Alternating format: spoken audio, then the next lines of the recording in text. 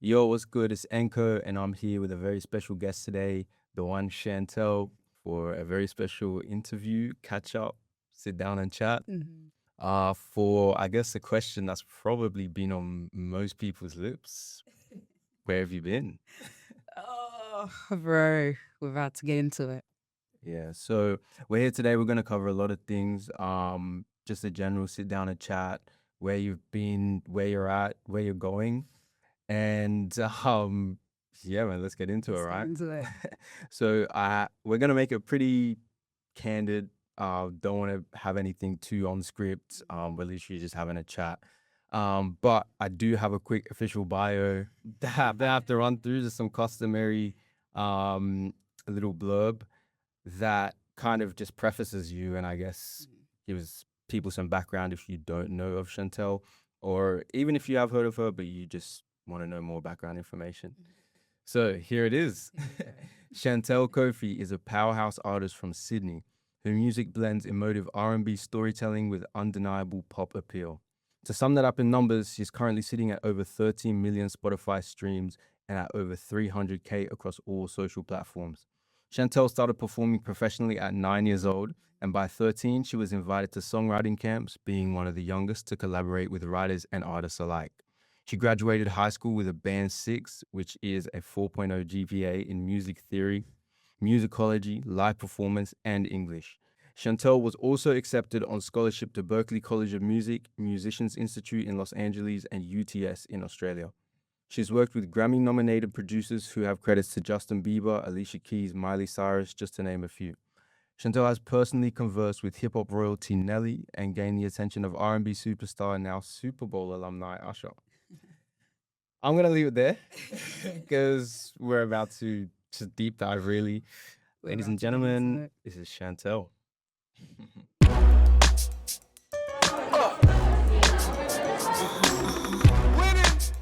One, two, 1, 2. Let's go.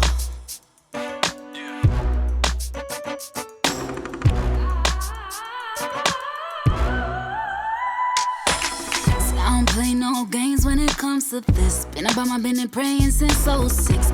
Little miss, I don't talk much but focusing. When I shoot it, yeah, I shoot it to assist my wins. I'm the type to rock my J1s with my dress. You're the type to pop the pressure on my success. So when I rock up in heels and a tiny dress, you see nothing cause you know that I hate it. I know when I come go to be roll. Everybody.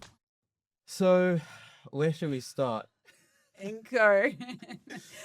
Where to even begin, bro? Okay, man, it's been a long time coming. Yeah, It's been a long time coming. So obviously you've been on a little hiatus. I think it's such a thing in the creative industry because you hear of artists going on breaks. You hear of artists for different reasons. You know, I feel like the main one probably is a burnout thing. But you do hear some doing it for exclusivity or, you know, some promo type of hype release. With your situation, I think it's very specific. Definitely. And I think probably a good place to start and kind of how it all eventuated to you kind of Being here. being here Yeah. is probably The Voice. Mm-hmm. So, as most of probably most of you know Chantel from The Voice.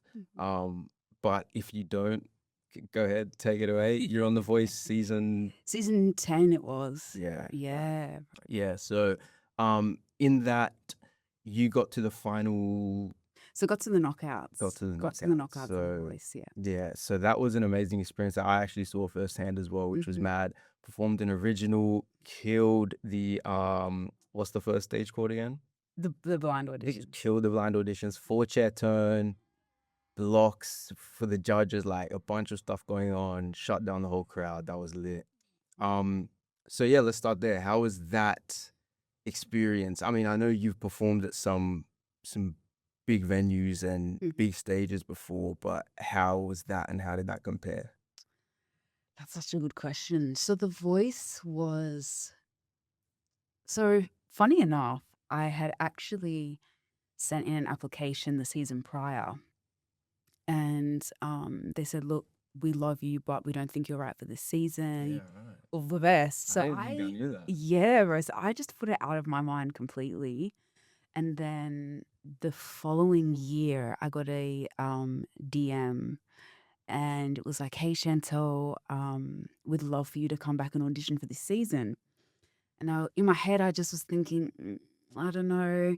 And then I just thought to myself, I'm going to be, in the same position that I am now next year, except, greater exposure and opportunity for people to really see me on a bigger platform. And yeah, I just was like, I'm going to do this. So I went into the producers round, and you have to submit a repertoire list. And I'd submitted like 20 different songs, and I'd put 2020, my original, like, it must have been number 16 or 17, bro. Like, it was at the bottom of the list because I just didn't think they would choose that song. Wow. So I went in singing It's a Man's World, the Christina Aguilera version. Mm-hmm. This is producer rounds. Yeah, producer round, closed doors. Yeah. Yeah. Yeah.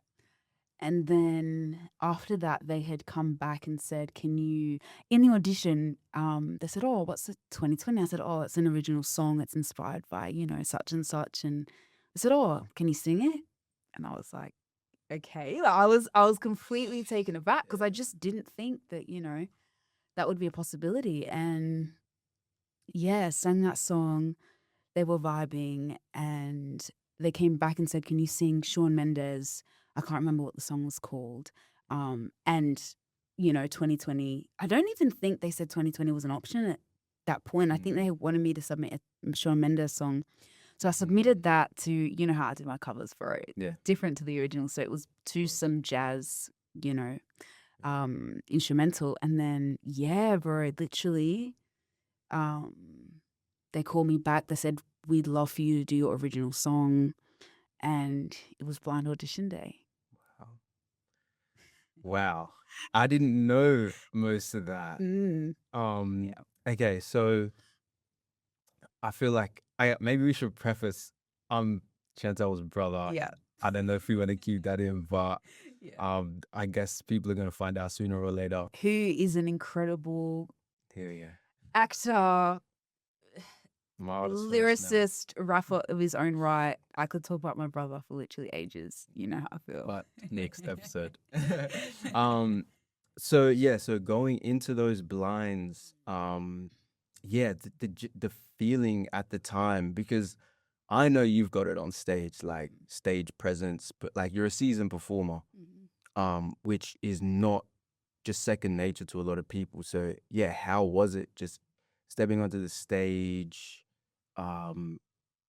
when the instruments kick in, like how's that feeling? Honestly, anyone that's asked me about The Voice, I always say the day of the blind auditions was the best day that I wish I could live again. Like that day was really, there was just something so magical about it. Like what you saw on TV is exactly how it was. I walked on stage, I can still smell the stage, and like I remember what it felt to take the steps onto the stage, and it was just silent, and then you just hear the woo, and I could see you and Dad from the side. And it was such a special day. Like the blind auditions, exactly how you see it is how it is. You don't get to sing a second time. You don't, it's one shot and you give it your all. And I remember for the blinds, literally just before I went on stage, I said to myself, it's not an audition. I'm going to go on there and I'm going to put on a performance. And I said, if I get no chairs turned, I want to leave that stage knowing that people will watch that back and say, that girl, she can sing. And when I took that pressure of that whole audition thing away, bro, I was just on stage performing. I just did what I love to do. Yeah. And I hadn't realized, I had seen Rita and Jess turn after, I think maybe I was in the second verse, but bro, by the time the end of the song had come on, I was so, I couldn't even see the chairs. I was so engulfed in the song that afterwards I was like, I got a 4-chair turn. Like, I was so lost in a different world. That's but yeah, the blind auditions, that's a day I'll never forget. Yeah, that's like flow state. You just that's crazy. Present, feeling everything. That's like ideal. That's probably an ideal performance, right?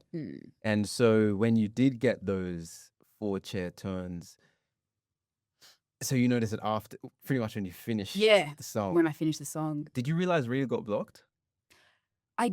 Oh, good question. I think once I had taken a second, because I think in the video you'll see me kind of do like a, and I was looking down, like just taking it in. I think once I looked back up, I had realized, but when she had been blocked, I didn't clock it. Wow. Okay, so Four Chair Turn, Keith Urban, Rita Ora, Jess Malboy, Guy Sebastian. It's a good lineup. It's a good lineup. What was your initial thoughts? Did you have someone in mind going into it, or were you just gonna wait for the day, the vibe? Like, Well, I think going into it, I was like, Rita would be cool because we both kind of have that British, background. Obviously, for those who don't know, Dad was born in Nottingham, and pretty much all of Dad's side, except for one of my uncles and cousins on that side, are here, but the rest are in England. So, yeah, that kind of British-esque was cool, and also just being an international artist. So when she got blocked, I thought, oh, what am I going to do? Because obviously this serendipity with, Keith Urban, having met him, and also Joel Madden at the Prince concert, I believe in 2012. So it was like, Keith is here again. Like, maybe that's meant to be. And then Jess Malboy, I mean, black girl, R&B. And then Guy, the thing that made me turn for Guy was when he said, like, I've opened up a label. You're definitely an artist that I would, want to sign and work with. So I was thinking long term.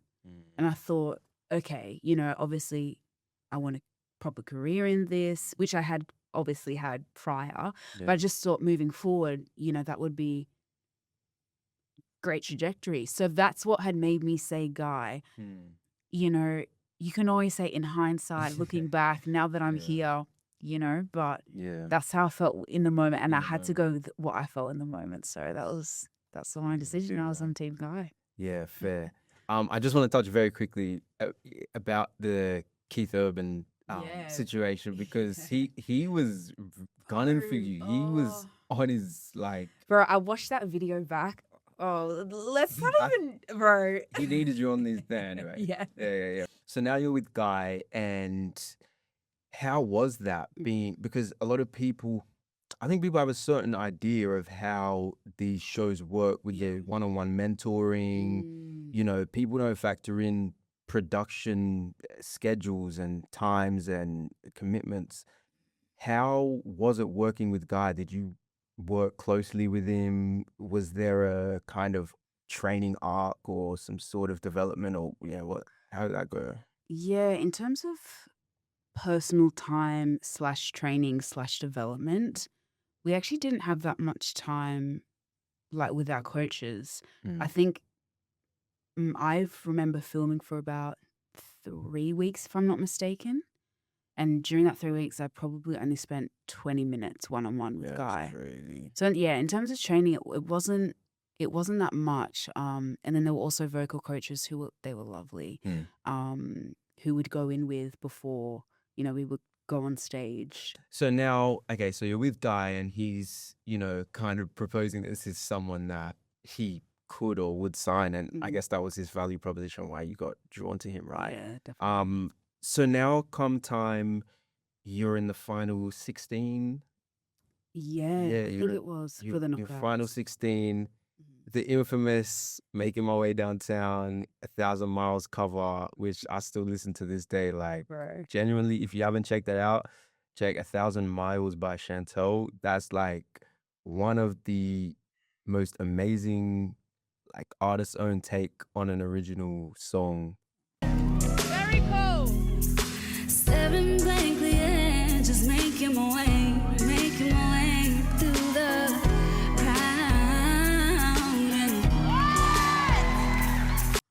I think, the way you flip that, the R&B, the runs, the trills, like, bro, that's everything. I really rate that track. So you killed that live, and were you thinking, like, I've got it? Like, did you think you performed it well? Like, I mean, yeah. In terms of my performance, I was really happy with 1,000 Miles. I think doing the R&B version, that was actually Guy's idea. It was like, why don't we do an R&B spin on it? And I was like, I love that idea. Great. and just make it Chantel, you know? So in terms of the actual rendition, love the rendition. What was the other question you said? It was, yeah, how do you feel that you performed it? And did you, yeah, I mean, because I was there. Yeah, I was there, and I was like, out of everyone I heard today, like, no bias, this girl's like clear of everyone. So I didn't see how you wouldn't make it through. Mm-hmm. How are you thinking about it? I guess, you know, when you go into these shows, it is, you know, reality TV, and True. there's so many contracts that have to be signed and whatnot. Basically, I had spoken to Guy literally the week of the knockouts, and I was like, hey, I'm just a little bit concerned about the contracts, you know, like I'm a serious musician. I want a career after this and potentially brand out. I'm just a bit worried. And also, you know, the guy that was with me, Jordan, who is an incredible, incredible vocalist and amazing artist in his own right, you know, his sister was on, I think it's Jess Teams, if I'm not mistaken, or Readers, I can't remember. Yeah, right. So she, I think from memory, had already gone through or something Okay. like that. So I had a feeling, because it was the brother sister, There that was some sort of narrative that they Jordan might would go push. through. Yeah, okay. But I say all this to say that I wouldn't change a thing. Like the time that I had on there and the time I got eliminated was perfect. Yeah. I am so grateful for the time that I had on The Voice to be able to sing 2020 as a Black girl on Channel 7 Yeah. at that time was like, I don't take that for granted at all when I think about it. And I'm extremely grateful to the producers who really, you know, made that decision and allowed me to do that. So yeah, bro, although, yeah, there was an elimination, I definitely don't take any of it back. And yeah, super grateful for that. No, I didn't even think that's a full monument. Like, Black girl in Sydney on a Channel 7 stage singing an original, addressing real world issues, you know, struggles as a people, and trying to uplift the nation. Like, people just come onto these shows and sing, but you came there with a message, and you were really like, yo, I want to make a market, and credit to you, man. Credit to you. So post The Voice, now you kind of experienced exponential growth from that. I think, I don't remember the numbers, but I seen your your social type numbers damn near triple off The Voice alone, which is a mad kind of byproduct. And then what happened after that? Yeah, so just in terms of, you know, the growth on socials and everything, I think people had seen me on The Voice, and I don't think for all, but for some, I think that they thought like her music career started then, but really my music career started long before then, you know, nearly 2 decades before, you know, as you had said in that eloquent blurb, you know, I started singing professionally at 9, and then, you know, by 13, as you said, I was in songwriting camps and everything, and working on original music, literally living, breathing, every waking moment thinking about music, pushing my pen, collaborating. So it was such an interesting thing, because I sort of got, how do I say this? I think I sort of got to understand the power of the growth of social media. In that moment, it hit me, I think. Just because it was so quick. Like, I remember, do you remember the Night of the Blinds where we were like refreshing and refreshing, and it was just like, wow. Yeah, no, most definitely. So yeah. Yeah, okay. So after that, because I mean, I feel like there is maybe a perception that you come off these shows, you're hot, you go into like new studios, different writing rooms, and you kind of bounce around. Yeah. But how, like, what happened next? Like, because there is a whole stint where you did end up getting picked up by management, and you did go overseas, you did a bunch of very much like a music heavy arc after The Voice. But where did that all start to come into it? Yeah. So after The Voice, the plan was to drop my debut EP and tour it, but then we went into another lockdown. I think as our season was airing was the next lockdown. So, that really didn't go to plan. And I was kind of thinking about, what do I want to do next? Where do I want to go? And that kind of led me to my music manager in, at the time, LA and Vegas. Yeah. Yeah. Okay. So that was 2022, like end of 2021, beginning of 2022. so a decent period after The Yeah. Voice. But okay, so now, so you've come with The Voice, Yeah. you've got some motion, you've got a new project kind of ready to drop, and Wasn't ready to drop at that point. it will in the in the works, very process, much in yeah. the process. Yeah. And so you get picked up by management, they reach out to you. So there is a lady that knew Dad. Obviously, Yeah. a lot of this. But there was a lady that knew Dad from years back. Back when Dad was a professional boxer, and Dad is a former world champion boxer. I will always say that proudly. Love you, Dad. But yeah, so he, was friends with, I won't say any names, but friends with, my former manager. And, they had just kept in contact through the years. Obviously, she saw us, when we were super, super young, and kind of just kept in contact, but obviously kind of just scarcely. And I suppose not really enough to know what it was going to be like. But we were still in touch, and she was still very connected to the industry. She was a professional dancer, and then opened up her own agency for acting and whatnot, and had kind of, I guess got the contacts for music. And I remember giving her a call maybe a couple months after The Voice, and I said, how would you feel about managing me? I'm ready to go. These are my goals. And at the time, she was probably the person that I thought, yeah, this is the right fit. And so from there, I remember, I think it was literally on that call, she was like, yeah, okay, if you're ready, let's do this. And I feel like I've got enough contacts and I'm ready. And yeah, the journey began. So what? Just going, because she's from LA or LA and Vegas. Vegas. So you're just like, it's time. It's time. America route, as all artists would imagine, like LA, LV is where it's at, right? So yeah, so she introduced Dad and I to two guys in the UK, and we signed like a tri-management deal, and that was just not, it wasn't it, bro. who signed? Yeah, contractually. Obviously, Dad being the contract expert that he is, there was always a get out clause for anything. But that was terrible, if I can say. Even things like, and I asked Dad his permission before I put this in, but one of the guys was saying, that it's going to cost X amount for us to produce you this music. And obviously, I'm not signed to a label. We don't have any funding here. So he was like, it's going to cost this amount to get these different producers who have worked with these people. We gave X amount of money under the preface that, the goods would be delivered and everything.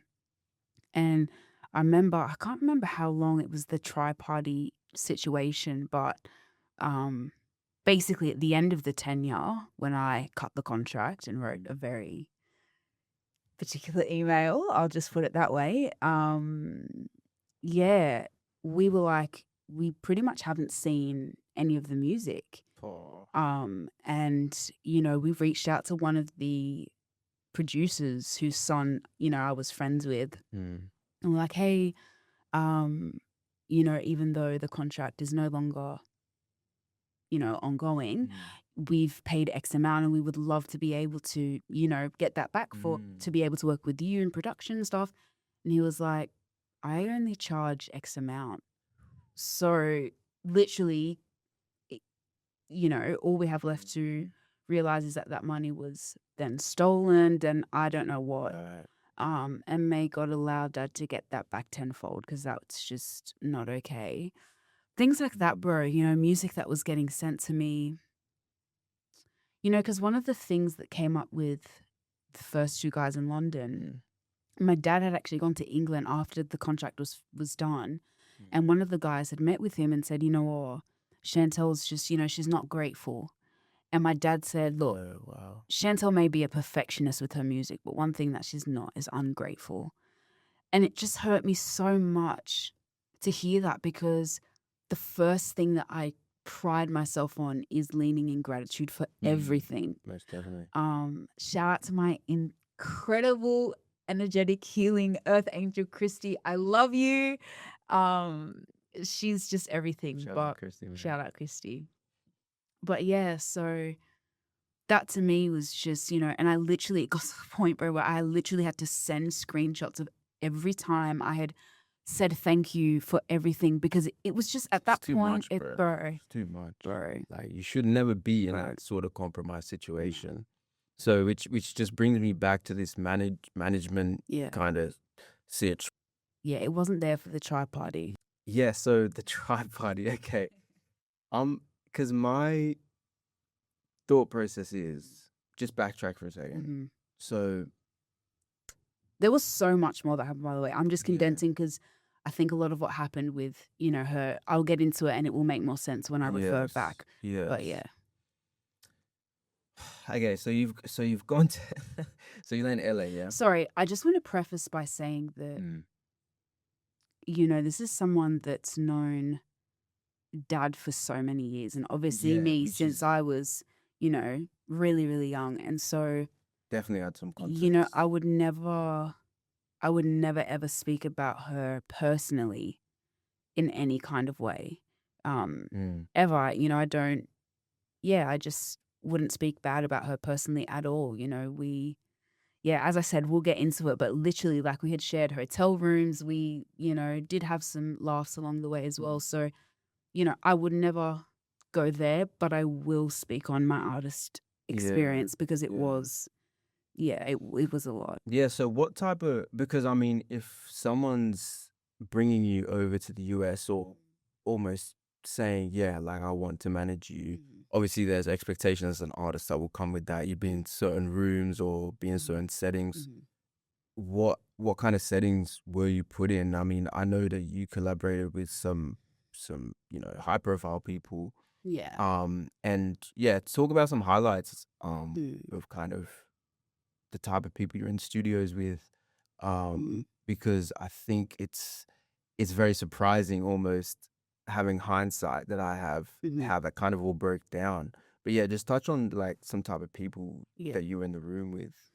Yeah, so I will say, I was, during my time with her, I was fortunate enough to meet Nelly. And he's so cool, bro. Like, he's one of the coolest people. I remember, she was basically saying, hey, this is my artist, because she managed his former girlfriend, Yeah. his ex-girlfriend. So yeah, and I remember just saying, oh, can I sing for you? And the security guard was like, no. And he's like, excuse me, can I answer the question for myself? He's like, I'm so sorry, sweetheart, not right now, but thank you so much for saying hi. And he was just so nice, honestly. Got to meet Nelly. I got to go in the studio with, producers who have had such massive records with Tony Braxton and Justin Bieber. And so yeah, in terms of even like Miley Cyrus, the Cheetah Girls, so in terms of collaboration, Yeah, how was that like? Because I'm an artist myself, and I know the scene from a independent level. yeah. But how's the workflow in those type of studios? Is it like, yeah, I feel like working with big artists, there would be a certain way that they would do things that you'll be like, frah, like, I'm in a pro studio. In terms of production, it depends on the person, because the first the first gentleman that I worked with who had done stuff with Disney and everything, he was super cool. Like, we literally had gone in and had written the song, recorded the song, done half an hour, and it was incredible. Like, it was amazing.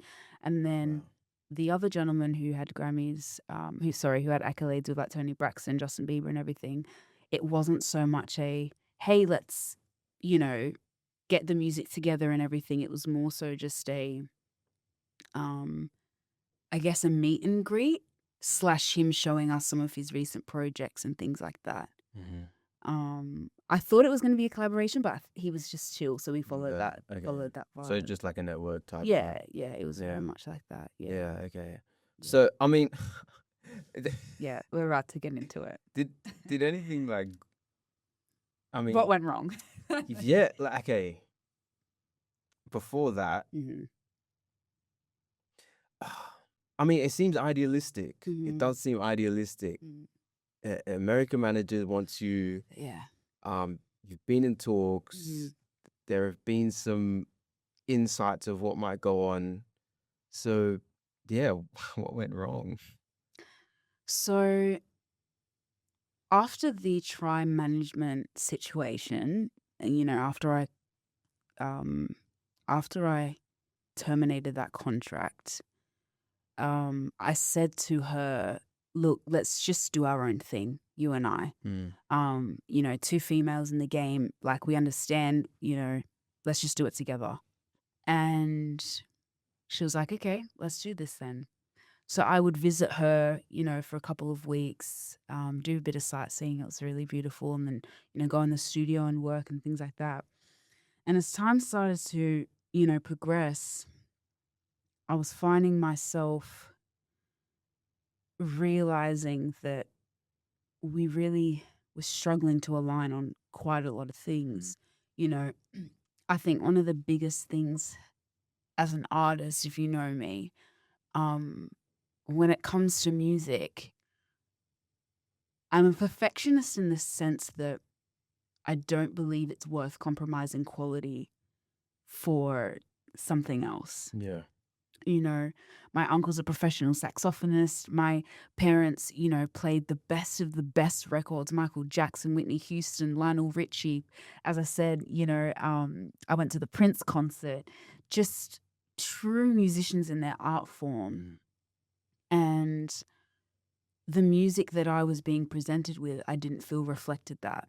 Mind you, it was very much so, she would say, I'll send you music, but always tell me, how you feel, because we need to get down to the bottom of it. Yeah. So when I would, kindly express that, hey, I don't really think this is the direction that I want to go in. This isn't the music. And bro, you've heard the demos that I've played you, bro. That's just sick. I'm not even gonna play it. Like, it was just, I can't sing this. But again, obviously being raised, by an Egyptian mom and a Ghanaian father, just always, use your manners and be respectful even if you say no to something. So that's exactly what I would do. I would say it exactly how I did. I don't think this is, the direction. I think we should explore some more things. And Yeah. one of the biggest things for me, bro, was the constant, I guess, labeling of, you're a diva, you're difficult, simply for just expressing that I was uncomfortable. Even simple things, bro. Like, I remember she had organized for, sorry, I'm a little bit nervous because this is the first time that I'm really getting to express things on this level, bro. Like, everyone will see me at a live show and be like, how are you not this? How are you not that? How are you?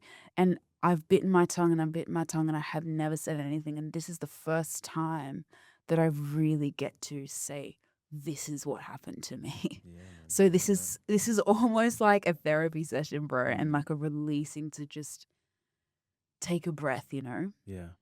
But yeah, so even, I remember she had booked a couple of stylists to come over, and we were trying on different clothes, and she had put me in, she put me in this bodysuit and this kind of fur coat, and I just was like, this isn't it. Like, Chantel. half my things out, first of all. Mm. Like, I would never, and I told her, I was like, I would never wear something that I wouldn't feel comfortable with my dad seeing in the first row. Like, I'm all for putting on a cute outfit, you know, but you could do sexy, classy in a really, really beautiful way. Mm. And, you know, I said that to her. I said, you know, I don't, and I remember the stylist looked at me and said, oh my God, you're so conservative. And I felt so, Mm. I felt just so, I don't know, I felt judged in a way, Yeah. you know. I felt like it was constantly me trying to express and explain, like, this is who I am, and we were just not aligning, Yeah. you know. And then she would, you know, just say certain things about, you know, yeah, I won't get into that's a lot, but even certain rooms that I was in, and I remember very, very vividly, and I will share this story because this is my story, and this is what, you know, Mm. I experienced, and I think it's course. important to share, you know. Most definitely. But I remember she had organized for, if I'm not mistaken, the former CEO of a massive record label, like Mm.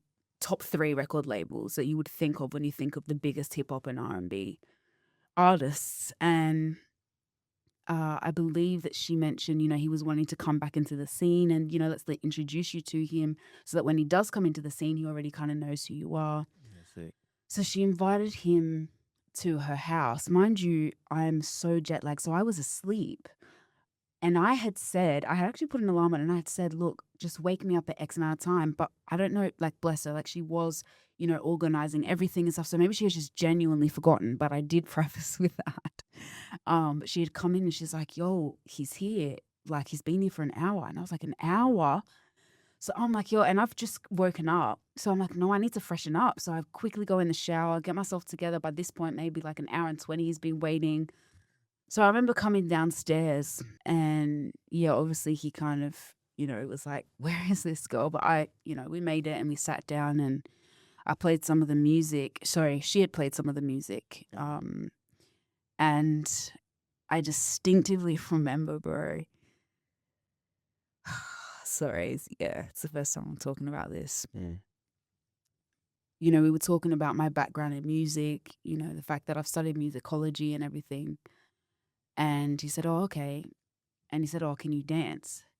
And I thought he was asking me professionally. So I literally start listing off, yes, I did professional ballroom when I was younger. I did professional hip hop, blah, blah, blah. And he stops me midway and he goes, no, can you dance? And he's like, get up and show me. And in that second, bro, I was just like, whoa, like, and she was sitting right in the room. And I got up, I sang Pressure. And bro, I froze. I don't even know what I did. Mm. And I remember sitting down and I spoke to her afterwards about it. And I said, I felt so uncomfortable. And I said, in my head, I didn't say this, but in my head, I just thought, you're my manager. Like, did you not pick up on the cues that I was uncomfortable? Did you not pick up on the cues that that's just not okay? But maybe she was just so focused on, you know, like wanting to like get me to the next place and everything that it wasn't even a thought. But afterwards, I did bring it up, and I was just like, I didn't like when he said that. It made me feel uncomfortable. And he said, well, you know, he needed to look at you like that because, you know, his son's your target market, and he needs to see if that's something that, you know, they're going to appeal to. And when she had said it like that, something clocked in my head, bro, and I was like, yeah, this is just, this is not it. Like, you just know, you don't understand me. And by this point, you know, we'd spent quite some time together. And keep in mind, as I'm saying this, like, this is heartbreaking because, you know, this is someone that's just, as I said, known me for so long. And I really thought, like, she would just understand me. Yeah, you put your trust in her. Yeah. Yeah. I will say that she did introduce me to Mason and Jules. So I'm so grateful to have met. Shout out to Mason and Jules. And also, you know, an incredible team of people in Nashville who I have nothing but good things to say about. They really took me in that week, and I'm forever grateful and will always, you know, sing their praises. Yeah. So that's kind of some consolation, I guess, you know, meeting those guys who We'll get into it quick, but the Ordinary Girl cover with Mason and Yeah. Jules, that was a movie in itself. Yeah. So that is definitely a silver lining to take from it. 100%, And bro. it's like a lot of streams now, so that's sick. Yeah. But yeah, I do want to touch on, because there's a lot to unpack there with your manager. Like, I can imagine coming into the scene, trusting the vision, having a manager as someone that you think you can pretty much lean your whole weight on Yeah. career-wise, and then you're being put in situations where you're almost in opposition. That's such a good way to put it, bro. Yeah. It was getting to the point where I would literally, bro, like wake up and sleep with crippling anxiety because I felt like anything that I said, I was just going to be labeled. And I just thought, like, as an artist, female, male, it doesn't matter what gender you are, every artist has a right to say, hey, I don't really think that this is for me. Yeah, well, I think it brings me to your kind of brand Yeah. and, who Chantel is, which I think is really important that you've established this over the years, because, imagine getting put into one of those rooms and he's like telling you to dance and you start dancing. I'm like, bro, you know what I'm saying? Like, Chantel could never, like, you look at Chantel, like, you think, like, she wouldn't do that. And I think, one, I want to raise that as an artist, especially like upcoming, it's very important to have a brand, which is what I've realized, having a certain set of standards, beliefs, approaches that you stand for. And first of all, credit to you to kind of like, holding your ground. But in and amongst all of the, humility and the respectfulness and stuff, like, it gets to a point, you have to be like, nah, like, these are things I won't compromise for. And if you're seeing things that are going contrary to that, that you gotta make a stand for. And kind of where I'm getting to is, at what point was it like lock off? Like, this is it. So, I mean, you kind of touched on it with. yeah, so that was the point of locking off with the Chai Party was the music that I was being sent, and mind you, it was only from memory, like a few tracks, and then obviously the whole financial thing. I was like, yeah, no, like there's few things I don't play about, and my family is one of them. And I just thought, no, if you disrespect my dad, you disrespected me. But yeah, so it was that for them. But with her, I think the final thing for me was I couldn't. The anxiety that I was feeling was crippling. I couldn't sleep night. I couldn't eat. I was just had anxiety to send a text message. And I just thought, it can't be like this. Like, yeah, just so many other little things. But overall, I just thought, this is not what I want in a manager. Yeah. And, I remember vividly talking to Dad, obviously, because they had known each other for so many years. And, I said to Dad, I really want to say exactly how I feel in a way I haven't been able to before.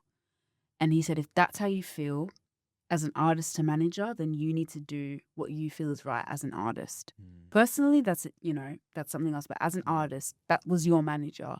And you have every right to, express how you were feeling. And I made sure that, the email that I sent was, kind, but also, just really specified that, if I can say, some of those experiences left me traumatized. And, I feel like, again, I kind of get this push and pull with myself, because I am grateful for the times that, she did put in. She did contact people. As I said, we shared hotel rooms. We did have laughs. We,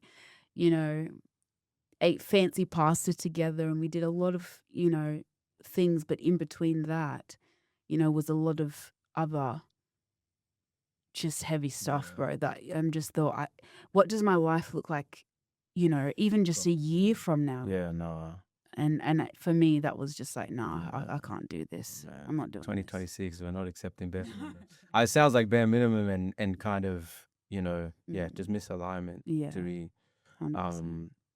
yeah. So just before we move on, is there any kind of projects that you did work on during that time that are kind of in the vault, unreleased, You know or what? like some Bro. I feel like some of your I'm best glad that you tracks- brought this Yeah. up, bro. Let me tell you, the team that I met at Nashville, it was just that studio session was amazing, and we did a song called "Gone Get It."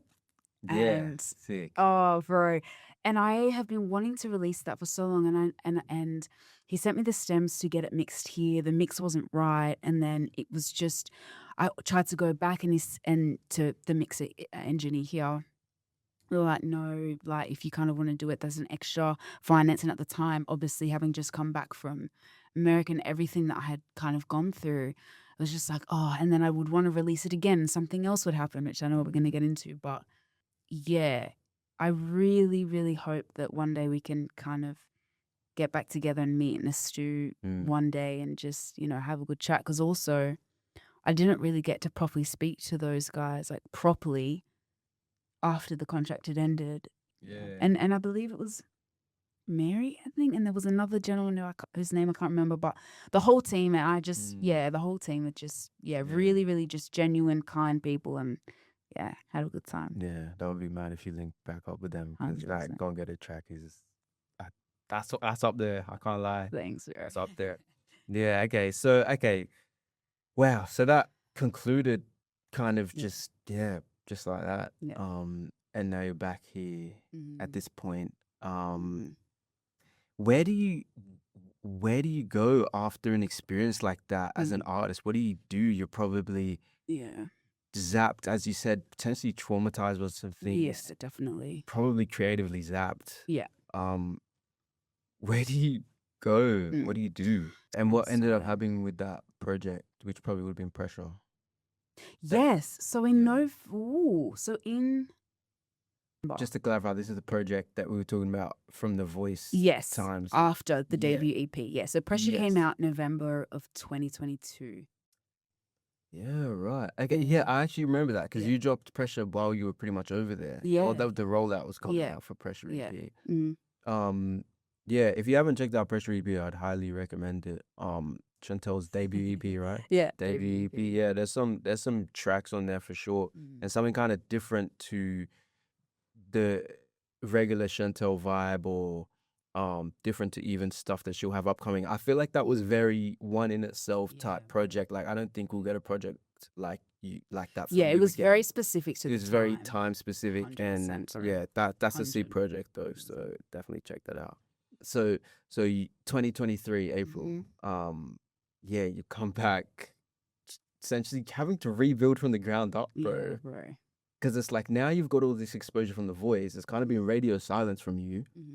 And yeah, you must be. Yeah, are you thinking about the fans? Are you thinking about how do I just get back on I'm my thinking feet? about Where are everything, bro. where I'm are you thinking at that about, point? my fans, and even myself now. Yeah, Like, that's what I'm thinking. I wanted to release more music, and by that point, as you had put pretty perfectly, I was just zapped. Like, Yeah, it's because I don't think time. people realize, like, once you start to get some exposure, you are now in the game. Yeah. Like, you're whether you like it or not, Yeah. you've been thrown into the game. Yeah. And I want to be so specific when I say zapped, because when it comes to my craft and what I really love, honestly, I mean, even mom says, but when do you stop? I don't Yeah. stop. I'm the first one in the studio, the first one in the dance session, the last one to leave. Like, I will just go and go and go until, like, literally my body is just like, okay, just take a breath.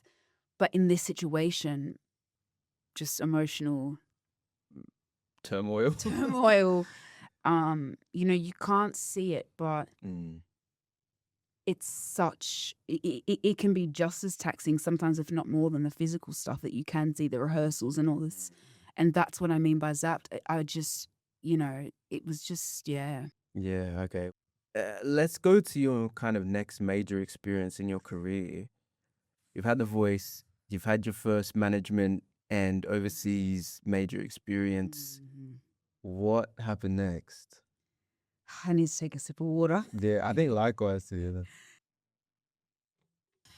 Tap on, boo. I just realized if this is long form, Mm. then we're gonna have to go through and cut. So fast. Oh, it's fine. We'll just I'll do keep that. it. Yeah, we'll keep it. So it's No, you just keep it out. all right. Just check, make sure we're back in. Yeah, we're back. Yeah. Okay, perfect. So after that, I got a DM from this woman, and she said, "Hey, do you have a manager?" or something along those lines. I said, "Hey, no, I don't have a manager." And she said, "I'm such and such, and I saw you on The Voice, and I think that, I think that you're incredible." And basically, we ended up having, a phone conversation, and I told her, a little bit about what I had been through previously, and what my goals are, where I want to go, style of music. And her style of music, for what she wanted in a female artist, was like neck and neck. It was Yeah. pretty much alignment. exact. Yeah. So she was like, "All right, look, let's keep in touch over the next couple of months. Let's see how we go, see how we vibe. And if we're vibing, then Get let's it on the road. see how we go." So that's exactly what happened. Month after month, we kind of kept in touch, and, every conversation, every goal was just aligning more and more and more. And then it got to a point where it was like, okay, well, do you want to come to London? Let's do a 10-day or 2-week trial. Yeah, she was based in London. She's based in London. Yeah. And obviously as well, having our dad be from England and having the passport, it was just like, yeah. It seems like alignment. Yeah, it was just like, yeah, let's do this. So December of 2023, I went to London and met her. And honestly, bro, in those 10 days, like, it could not have gone better. Studio sessions, artistic vision, alignment, the planning that we had for, music releases, the labels, what we were going to do, where we were going to go, like, it was just all in alignment. And also, like, her and I got along. We just got along. Yeah. So at the end of that trip, and I'll never forget it, we were sitting at a sushi place. She lived in Notting Hill. And we were sitting at a sushi place close to her house, her apartment. And yeah, she was kind of like, both of us were like, where do we go from here? She said, "Do you want to come back and come to travel to London every couple of months?" And I thought, if I'm doing this, I may as well move. By the time you spend all the money coming and going every Yes. couple of months, let me move. And she said, "How would your parents feel and everything?"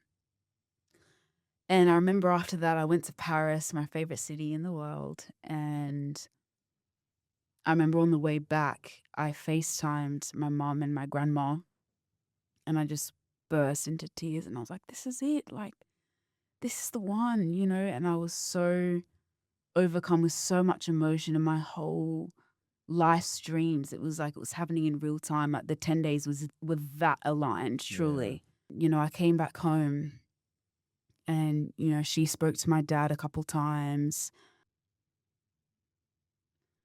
There was one thing she said in this sushi shop that maybe I should have flagged, Okay. but I didn't, off of good faith, after what I had been through previously. Go on. I don't even know this. And I said to her, "So what do you do with, like, the contracts, with your artists?" And she said, "I don't have any contracts with any of my artists. It's all off of good faith." And she said, "Once it gets to a label stage, or if you get a distro deal or something, then we can put a contract together." But she said, "I don't have that with any of my artists. Like, they know that I love them and I would never leave them. And I know it's vice versa." And I thought that was really beautiful, because her artist had been with her for quite some time. And I just thought, okay, that rapport speaks, must speak for itself. And, obviously dad was aware of that, and so was, mom and everything. So I came back home, and now it was logistics. How are we going to make this work? And I remember we were sitting at my dad's office, and I'll never forget this day. And this is after a good few weeks of trying to find apartments. What our finances gonna look like? And he said, "Okay, we can do one thing." He said, at the time, I was driving the car that was used for his business, but it's long. One of the girls Yeah. didn't work there anymore, and so he was kind enough to say, do you want to use it? Yeah. Just get on your feet and stuff.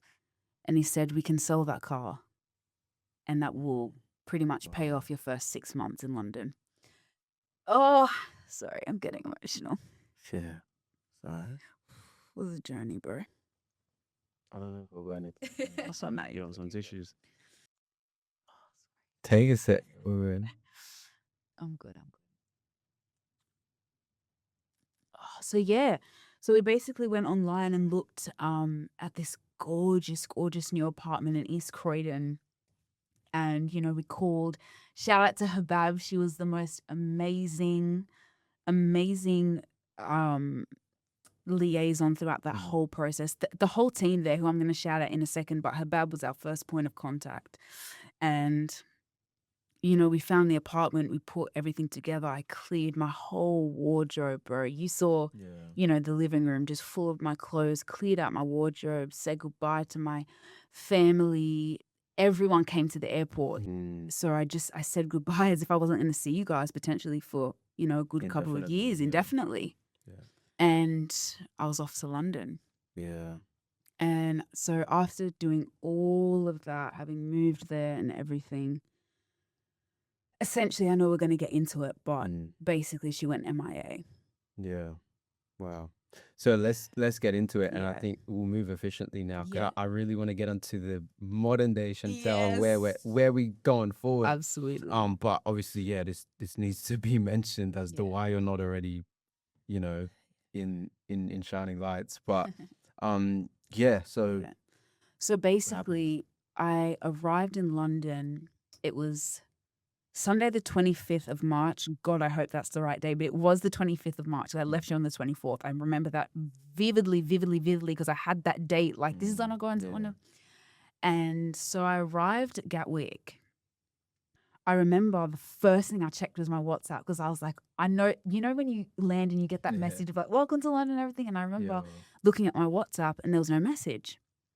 I was like, oh, that's a bit weird, because obviously she had my ticket info. She was in LA, I think a week or something prior. So we had timed it so that she would be back in London and everything. So she knew when I was coming. And I saw nothing, and I said, she's outside waiting. to like surprise you. Yeah. And so I got my bags. I was excited. I went out at Gatwick and I'm looking around and she's not there. And I was like, So I remember I got my SIM card. I text all of you, and I went out and I said, hey, this is Chantel. This is my UK number. I've just arrived in London. And she was like, you're here. She was like, I must have got my days mixed up, with the time travel with LA. I'm so sorry. The text said something along those lines, but welcome. And my heart kind of just dropped in that moment. And I thought, like, your new artist has come all the way. Wouldn't you remember that date? But I thought, you know what? She was in LA. I get it. Jet lag. It's all good. So I go to my apartment in East Croydon, and I literally remember walking in and I just cried, bro. I was just overcome with emotion. I was like, my dreams, like, I'm living it, I'm here. And I was greeted by the beautiful Khalud, who took me everywhere in East Croydon to show me around. I knew the area because my uncle, lived not too far away, but, just local butchers, just to get basic furniture to keep me going. And she was so kind. She spent hours with me. And then later I saw Habab, the beautiful woman that liaised, and the building manager, Hannah. And, I went to my apartment and I just thought, wow, this is going to be me, Basically, I think it had been about a week or so. Funny enough, I actually saw my London diary, bro, and I saw, like, I've just arrived in London. Wow. On the 4th of April, I'd gone to Notting Hill to see her because I asked, can we obviously arrange to meet up and everything. So went to Notting Hill and we went to, I think it was Joe and the Juice, and had a matcha and stuff like that. It was my first time trying matcha, actually. Oh, no. Yeah, it was in London, Joe and the Juice. Yeah. Anyway, so she was just talking to me and she said, there's been so much going on with the industry. I've told, her other artist that you know, she also kind of needs to get a job, and that might be the way, Right. you know, for a bit, just to kind of, you know, keep you going. And studio sessions will be booked and everything. Like, we're still going to organize everything. Everything will be set up, but just to keep you going. And I was like, yeah, you know, I understand that. Not ideal, but I totally understand that if that's what we need to keep going. Totally. So time would keep on going by. And meanwhile, I'm getting myself fully prepped for pop star mode. Like, I'm in dance rehearsals. I'm in vocal sessions with a professor from Berkeley. Shout out to David. He's amazing. And I haven't spoken to him in literally quite some time since that period. But he really helped me through, that guy. Were these things orchestrated by you? Yeah, I planned everything, bro. And I'll tell her, like, you know, I'm in you know, choreograph lessons, I'm dance sessions, I'm doing this and I'm doing this. And I remember coming back from a dance session, and she had called me and she said, look, please don't freak out, it's all good, but, you know, my landlord wants to sell his apartment. I have to leave in like 2 weeks to go back up with my family in Scotland. And I thought, in my head, I panicked because I was like, nothing's been done, no studio sessions booked, no artistic meetings, and now you're going to go up to Scotland. Like, that's a whole other country, you know, and I'm here in London and I've come to work with you. But of course I didn't say that. I just kept my composure, and I was like, okay. I was like, look, if you need help packing or something, you know, I'm always here to help and stuff. She said, but don't worry, I'll be down visiting London, you know, we can make it work and everything. So time was going by and nothing was happening. Week after week, no studio sessions, nothing, bro. By about May, it could have been May, maybe early June, end of May, early June. I said, look, I would really like to meet. And she said, yeah, I'm down in London. I think it was the following weekend or something. You know, let's meet at the Soho Hotel, which is the middle of London. And I remember the hotel like it was no tomorrow, because it was, I think it's like a 5-star hotel, and the buffet was so beautiful. And she'd walked in, she sat down, and she said, oh, how are you going? And I just burst out crying, bro. I said, I've been here for what, March, April, May, nearly 4 months, not a single studio session has been booked. I said, you have a car. Like, in my head, I'm thinking, you have a car. I live in East Croydon, and I'm getting the train up, and like, you haven't even come to see me. You haven't even come to see me once. And she sort of looked at me and she kind of put her head down. And I remember it well because she had ordered a tea, and she was kind of like, you know, as I was explaining, and, you know, clearly emotional in this 5-star hotel, you know. And she said, look, you know, I'm really sorry that it hasn't gone, you know, the way that, you know, we had planned. But also, don't underestimate how much being away from your parents can like affect you emotionally. So it was like a deflection, and that just boiled me, bro. I was like, I've traveled the whole world without my parents. This has nothing to do with them. This has everything to do with the fact that false promises, you know. Anyway, so we walked out of the hotel, and she was telling me that her other artist, you know, had just gotten dropped from the label, and she really needs to sort out certain legalities. You know, in LA, she was going to go back to LA to sort out legalities for her, get her a new deal. She said, that's my priority at the moment, but I'm still going to set up sessions. Please just bear with me. I'm still in dance sessions at this stage. I've still got my electricity bills, my water bills. I'm trying to find a job. I don't have a job.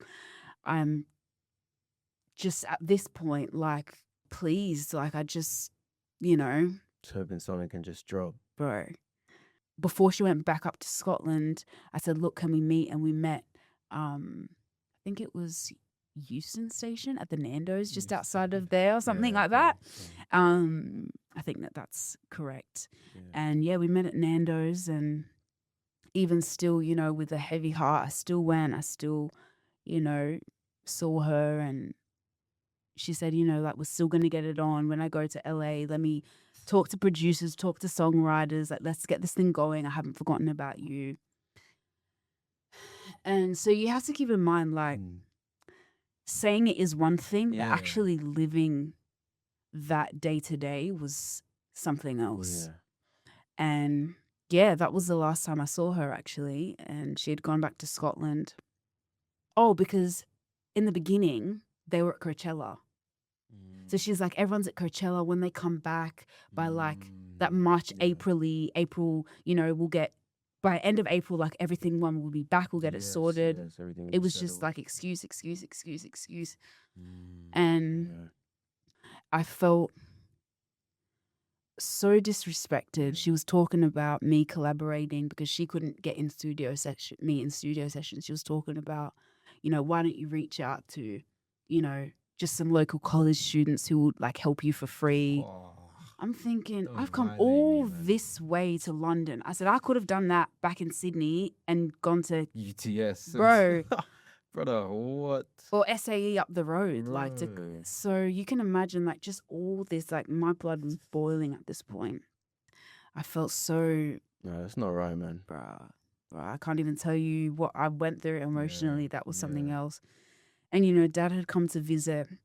Obviously, my dad's wife, my little sister's Indian Talia had come as well. And that was an absolute saving grace. Like, seeing Dad and spending time with him, like, that just lifted me up, man. And my beautiful cousin, Lauren, our beautiful cousin, you know, she helped me a lot just getting me out of the house and trying to perform and things. But Especially knowing, because she would have known your history with she the knew previous everything. manager That's as what well. hurt even more. But Yeah, so that's like that's because I don't think people, like, you can hear it and understand it, but especially now just thinking about it, I was FaceTiming you. I saw you in the apartment on your ones, like trying to make stuff work so actively when you had a whole manager that promised you, or at least mentioned that there were certain things that were to be fulfilled.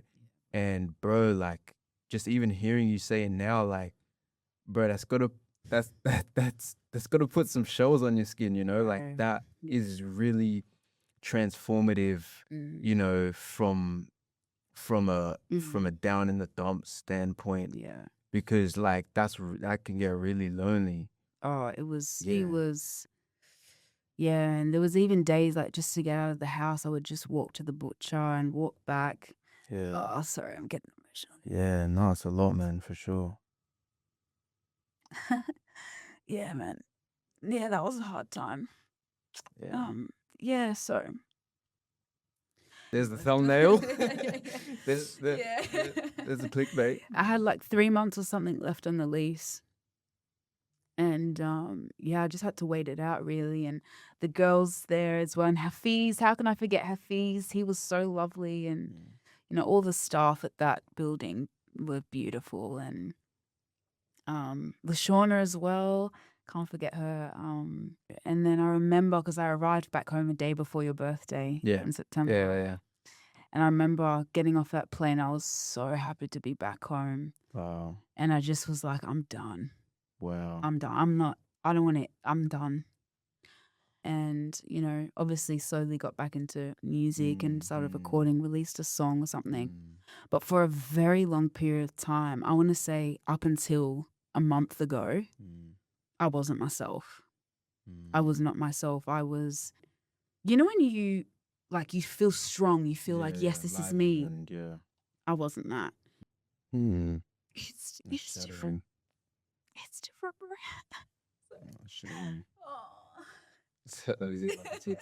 No, it's okay. Yeah, it's different. I think I've got one in my bag. I'll tell you what, I got. Oh, right. Listen, I'm gonna teach you. I got a Papa Flock wipe and cash. So hey, man. Wipe your eyes with the cash. I'm gonna help you feel better. No, it's fine. It's fine. Is it destroyed? No, it's completely fine. So yeah, man. So then I'm back in Sydney, and as I said, you know, I felt myself the most a month ago. Yeah, wow. Obviously, you know, at the end of last year, I went through quite a tough time, which I won't, you know, speak about, but those close to me saw it best. And I can easily say that was, you know, a lot of soul searching. A lot of soul searching. It was waking up, just getting through a day, bro. Yeah, literally. You know, I deactivated my socials, and I had a renewed sense of gratitude. And a renewed sense of hope, Mm. I think. No, well, no, even testament to you to just being here and like setting this up to make a mark, make a statement, Thank you. Bro. and putting yourself back on the map, really, because obviously, yeah, we've helped you and whatnot, but you orchestrated yourself making a comeback into the scene. And I think now than ever, with all the experiences you learned, all the growth that you've had, like now it's your time, bro. Thanks. It's your time. So, I guess. Here we go Nah, again. nah. Oh my God, is my period coming? Right. What's going Nah, you're good though. Your makeup's calm. what's going on? Your makeup's calm. Yeah. It's been a journey, bro. Yeah. Yeah. Yeah, well, that's why we're here. I mean, you look good, man. You're shining today. But I mean, I guess it does bring it to present days. Yeah, bro. Now, you're kind of in a weird way back to where it started. I like that. Yeah, it's kind of blank slate, Fresh stuff. I but like that. you know, no, yeah, it's kind of just blank slate. Yeah. So now I know you've kind of been independent for the longest, but I know that you're the type of artist that will thrive under a manager because your artistry level is, I would just say, it's above an independent level. You need a team to bring your visions to life because like your ceiling is like way above. So what are you looking for in a manager? And if like any managers are even watching this right now, what type of things would you have to say to them? The first thing that I would want in a manager, someone who cares, bro. Like someone who truly cares, someone who is passionate about music, someone passionate about music and passionate about the craft, passionate about the music, passionate about just leveling up and going through that journey together. Someone who is kind of well connected in a genuine way, someone who's a genuine person that knows genuinely beautiful people that are also hustlers and hardworking and about it. Yeah. That's what I really pray for. Yeah. The same manager that sees something in me, I want to be the same manager that we've worked through so much that we can stand there at the end, next to a stadium or an arena or something, and just like, yo, we did that. Yeah. That's what what I wish for. Yeah, I mean, I always use the words alignment, but definitely someone that I can see on your wave is someone that cares about the craft, has love for the game, is amongst everything that you said, is putting on for you. Yeah, bro. There's so many times you've been chasing, you've been making the moves when a manager has been at your disposal that has either requested you or you've requested for. And it's like, why are you as an artist doing all these things? Obviously within frame, because there are movements you need to make as an artist, but manager, it's in the title, like type thing. So most definitely managers, if you're down to manage the best singer in Australia, the best vocalist in Oz, she's right here. Yeah, man. So no, that's exciting. So for now, on the hunt for a manager, but yeah, what are you getting back to releasing? What type of? Speaking of which, should I tell them? Okay, you could drop it on it. You can drop it. So as I said, my brother is an incredible artist and his lyricism sees no bounds. So it was only right that we linked up for our first ever release together that is coming soon. Should I drop the title or just No, I won't drop the title. But it's all I'm gonna say is it's gonna be a movie and I'm so excited. It's definitely a movie. To finally be collabing, bro. Yeah, it makes sense. Yeah. Because I mean, little Easter egg, if you know about it, we did a little collab track, Moonlight, on my debut EP, which just kind of had your subtle vocals in there. But this is the first proper collab. 100%. And it kind of only makes sense because I've been there in the journey, and it's kind of like I've done my own growth in my own way as well, and just started my artistry and my music journey last year. So it's like we're coming out, like sprouting from the ground almost.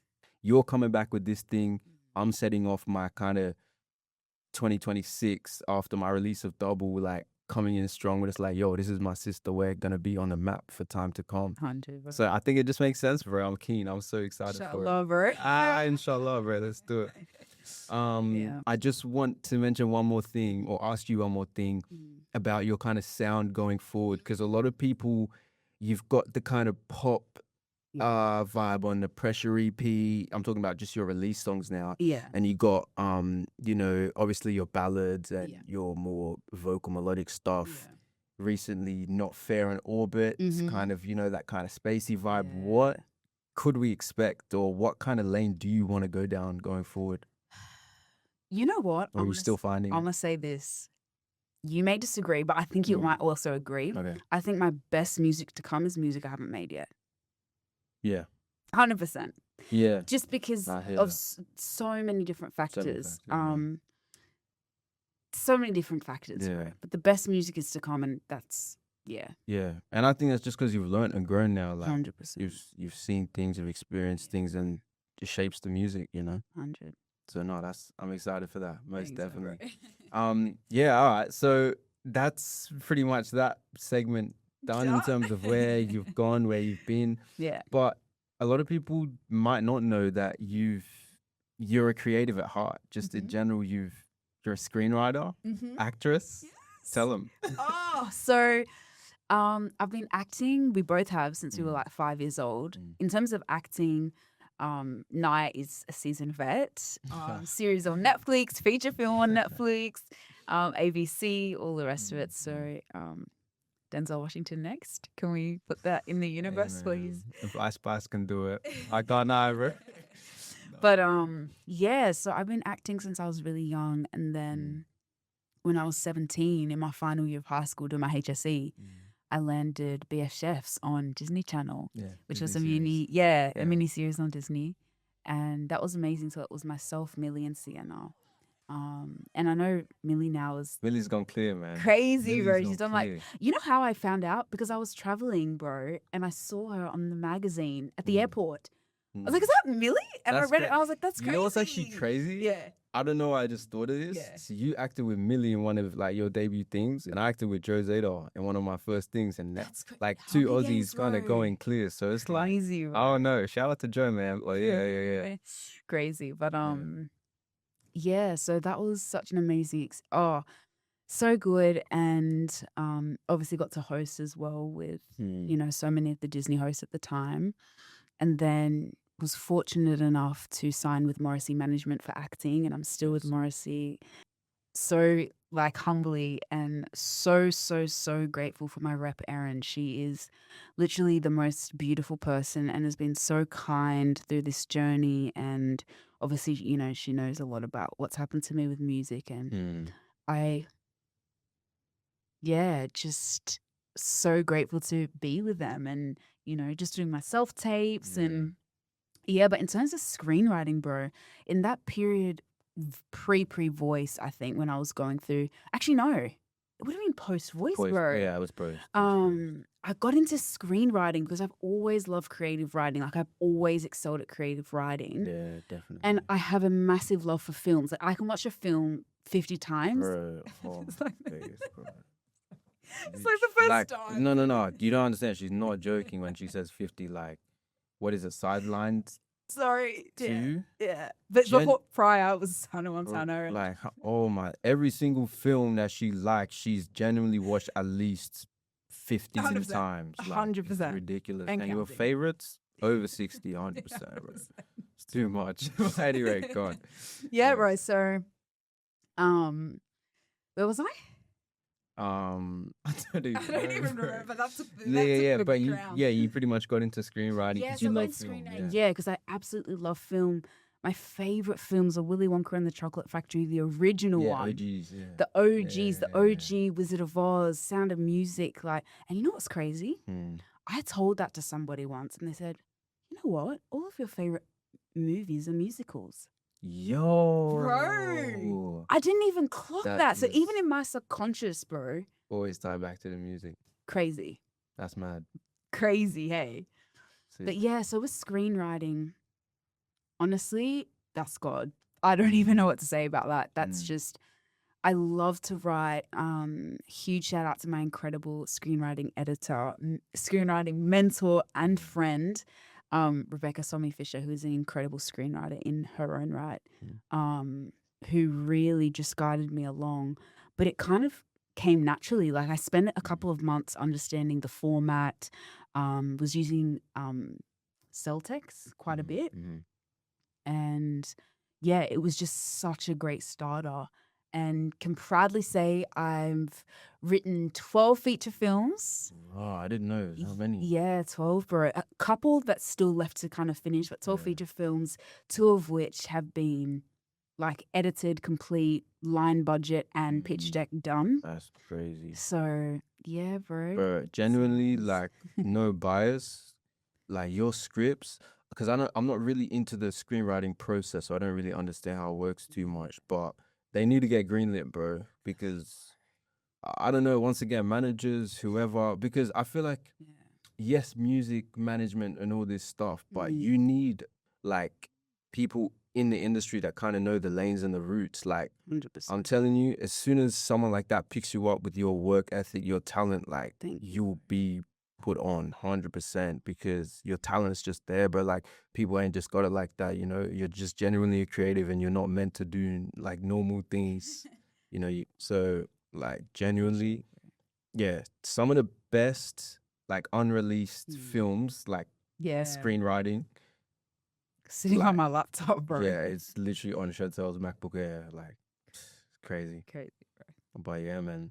All right, so should we hop into some Q&As or some do fun? it. Because I mean, I'm sure there's still some things. What have I got here? I've got some things from the Instagram, from Q&As and TikTok that I've got here. So I'm gonna read them out to you now. You can quick fire them if you want, but here we go.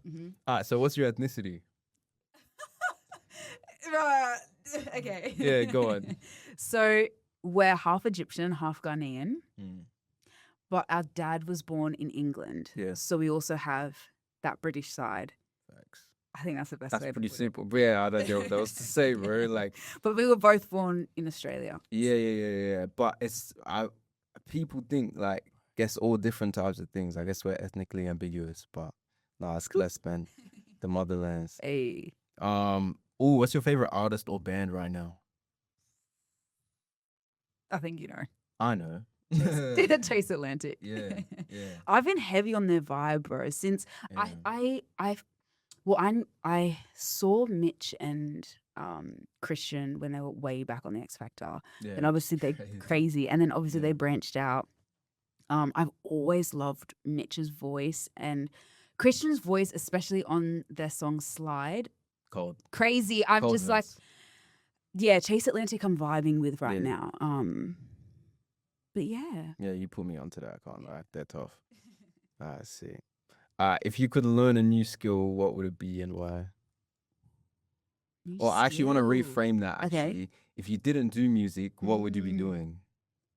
It'd be something creative. Yeah, I was going to say, and eliminate screen. Something that people don't know, though, is that I went to university and studied Bachelor of International Studies with a major in law, minor in Japanese language and culture. Then after 6 months of that, I was like, I can't. For so many reasons, I won't even get into. Then I went back for another 6 months to do biomedical science. That's so, like, that's hard to wrap my head around. Like, look at Chantel and then comprehend biomedical science, law, and Japanese. So, like, if I wasn't, I don't even like to say if I wasn't doing music because it would have always found me. That's what I'm saying. Yeah, bro. So love that. Yeah. That's the answer, bro. That's it. So maybe. So you're really just built for it. It's just timing, bro. Yeah. Yeah, man. So what's something people wouldn't typically know about you? Probably the uni thing. Yeah. I would say the uni That makes thing. sense. Yeah. Or that I played netball, goal attack, A grade. True. Yeah. I wanted to go to state, but then gave it up for music. And also it was getting to a point. Getting to a point. Yeah. Yeah, bro.